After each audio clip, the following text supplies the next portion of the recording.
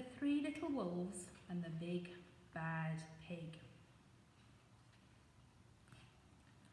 Once upon a time, there were 3 cuddly little wolves with soft fur and fluffy tails who lived with their mother. The first was black, the second was grey, and the third white. One day, the mother called the 3 little wolves round her and said, "My children, it is time for you to go out into the world.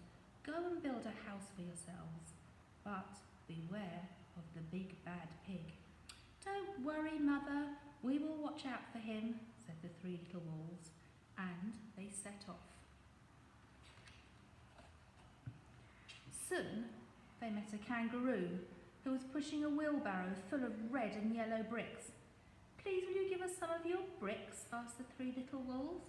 "Certainly," said the kangaroo, and she gave them lots of red and yellow bricks. So the 3 little wolves built themselves a house of bricks.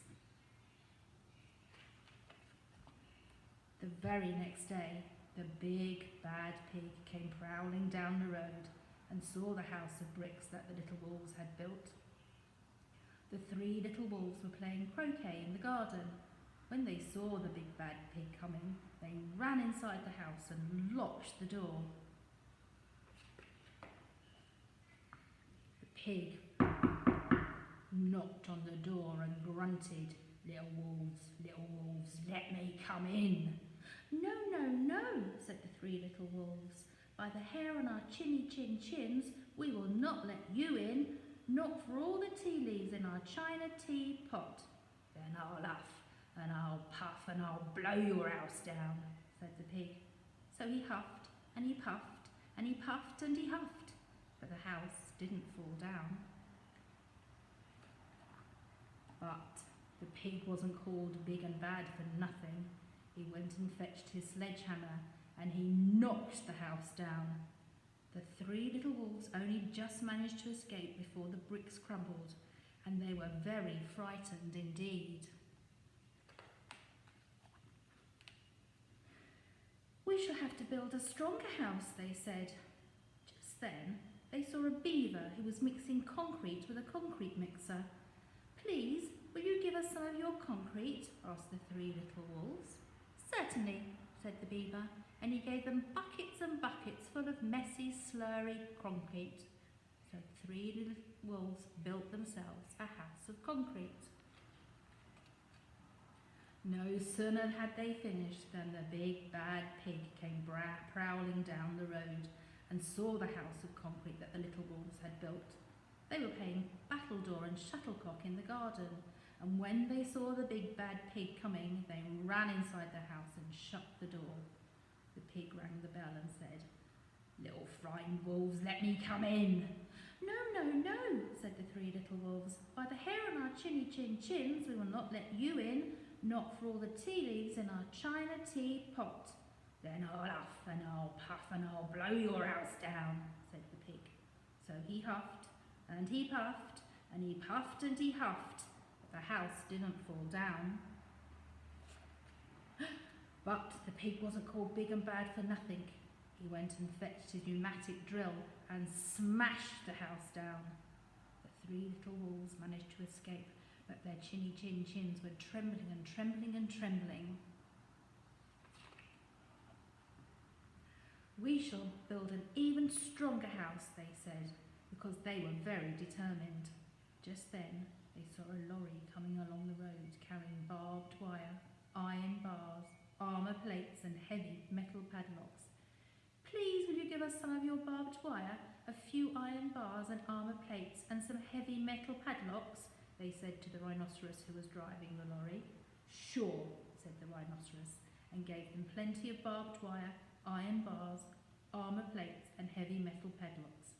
He also gave them some plexiglass and some reinforced steel chains, because he was a generous and kind-hearted rhinoceros. So the 3 little wolves built themselves an extremely strong house. It was the strongest, securest house one could possibly imagine. They felt very relaxed and absolutely safe. The next day, the big bad pig came prowling along the road road as usual. The little wolves were playing hopscotch in the garden. When they saw the big bad pig coming, they ran inside their house, bolted the door and locked all the 67 padlocks. The big pig pressed the video entrance phone and said, "Frightened little wolves with the trembling chins, let me come in." "No, no, no," said the little wolves. "By the hair on our chins, we will not let you in, not for all the tea leaves in our china teapot." "Then I'll huff and I'll puff and I'll blow your house down," said the pig. So he huffed and he puffed and he puffed and he huffed, but the house didn't fall down. But the pig wasn't called big and bad for nothing. He brought some dynamite, laid it against the house, lit the fuse, and the house blew up. The little wolves just managed to escape with their fluffy tails scorched.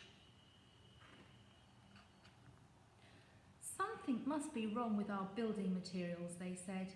"We shall have to try something different. But what?" At that moment they saw a flamingo bird coming along pushing a wheelbarrow full of flowers. "Please you give us some flowers?" asked the little wolves. "With pleasure," said the flamingo bird, and gave them lots of flowers. So the 3 little wolves built themselves a house of flowers.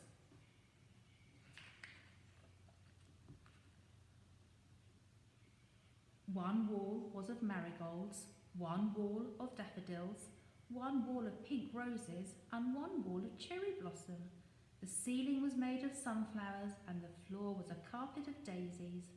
They had water lilies in their bathtub and buttercups in their fridge.